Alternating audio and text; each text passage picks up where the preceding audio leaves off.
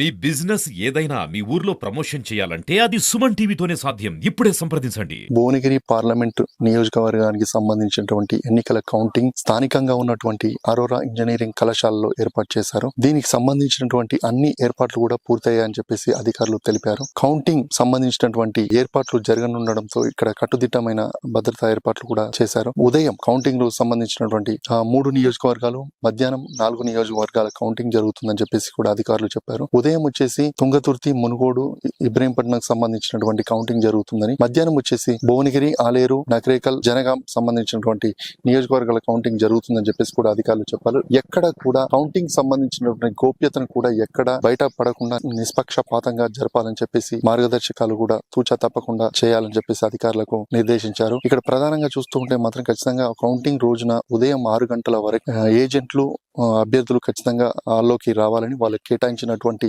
సీట్లోనే కూర్చోవాలని కూడా తెలియజేశారు. వాళ్ళ సమక్షంలోని ఏజెంట్లు, అభ్యర్థుల సమక్షంలోని నియోజకవర్గాలకు సంబంధించినటువంటి ఈవీఎంల సీల్ ను తీయాలని చెప్పేసి కూడా చెప్తున్నారు. మొదటగా బ్యాలెట్ సంబంధించినటువంటి ఓట్లు లెక్కింపు జరుగుతుంది. తర్వాత ఈ మనకు నియోజకవర్గాలకు సంబంధించినటువంటి ఓటర్లు వేసిన ఈవీఎంలు రిజల్ట్ బయటపడే అవకాశం ఉంటుంది. ఖచ్చితంగా ఆ రోజు మాత్రం 1-2 గంటల్లో మాత్రం భవితవ్యం తేలే అవకాశం కూడా కనిపిస్తుంది. ప్రధానంగా చూసుకుంటే మాత్రం కౌంటింగ్ కు ఎలాంటి ఇబ్బందులు లేకుండా ప్రతి ఒక్కరి కూడా కార్యకర్తలు కూడా బయట ఉండాలి. లోపలికి మాత్రం అనుమతి ఉన్న అభ్యర్థులు మాత్రమే ఖచ్చితంగా లోపలికి రావాలని కూడా అధికారులు తెలియజేస్తున్నారు.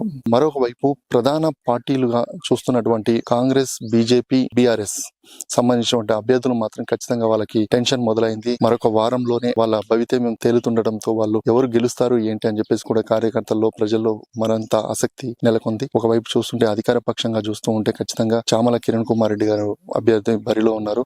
తన గెలుపు ఖచ్చితంగా ఖాయం, భారీ మెజార్టీతో గెలుస్తానని చెప్పేసి తను చెప్తూ ఉన్నాడు. ఎందుకంటే తనకు రాజగోపాల్ రెడ్డి నియోజకవర్గం ఇంత ముందు కాబట్టి, నాకు వెన్నంటి ఉన్నారు కాబట్టి ఖచ్చితంగా నేను గెలుస్తాను. మరోవైపు ముఖ్యమంత్రి కూడా సీరియస్ గా తీసుకొని ఖచ్చితంగా ఇక్కడికి భువనగిరికి వచ్చి ప్రచారం కొనసాగించాడు. ఖచ్చితంగా కాంగ్రెస్ చేసినటువంటి 6 గ్యారంటీల పథకాలు నన్ను గెలుస్తాయి, ఖచ్చితంగా నేను భారీ మెజార్టీతో గెలుస్తాననే ఆశాభావం వ్యక్తం చేస్తున్నారు. మరోవైపు బీజేపీ కూడా మోడీ చేసినటువంటి పథకాలను చూసి నాకు ఖచ్చితంగా ఓట్లేశారు, భారీ మెజార్టీ వస్తుంది, యువత మొత్తం నా వైపే ఉంది, ఖచ్చితంగా నేను గెలుస్తానని చెప్పేసి ఇక్కడ బూర నర్సయ్య గౌడ్ కూడా ఆశాభావం వ్యక్తం చేస్తున్నారు. మరోవైపు ప్రధాన ప్రతిపక్షం సంబంధించినటువంటి కేసీఆర్ కూడా భువనగిరి నియోజకవర్గంలో పర్యటించారు కాబట్టి ఖచ్చితంగా ఆ నియోజకవర్గం సంబంధించినటువంటి క్యామ మల్లేష్ తన పోటీ మాత్రం ఖచ్చితంగా నేను వీరందరికీ కూడా గట్టి పోటీ ఇచ్చే అవకాశం కూడా ఉంటుంది, గెలిచే అవకాశాలు కూడా మెండుగా ఉన్నాయని చెప్పేసి కూడా తను ఆశాభావం వ్యక్తం చేస్తున్నాడు. ఎవరేమి చెప్పినా కానీ భవితవ్యం మాత్రం ఈవీఎంలో నిక్షిప్తమై ఉన్నాయి. ప్రజల్లో కూడా ఖచ్చితంగా ఈ భువనగిరి పార్లమెంటు నియోజకవర్గానికి సంబంధించి ఆసక్తి నెలకొంది. ఎవరు గెలుస్తారు, ఎందుకంటే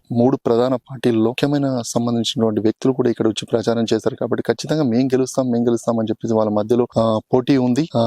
ఎందుకంటే ప్రధాన అధికార పక్షం సంబంధించినటువంటి ముఖ్యమంత్రి ఇటు రాజగోపాల్ రెడ్డి గారు వచ్చారు, రెండో వైపు బీజేపీకి సంబంధించిన కేంద్ర మంత్రులు కూడా వచ్చి ఇక్కడ ప్రచారం చేశారు, బీఆర్ఎస్ సంబంధించిన కేసీఆర్ ప్రచారం చేశాడు కాబట్టి ఖచ్చితంగా 3 అభ్యర్థులు మేము గెలుస్తామని చెప్పేసి ఆశాభావం వ్యక్తం చేస్తున్నాం. ఎవరు గెలుస్తారో ఒక్కసారి జూన్ 4వ తేదీన వారి భవితవ్యం తేలనుంది. ఇది ఇక్కడి పరిస్థితి. కెమెరామెన్ అరుణ్ తో సతీష్, భువనగిరి.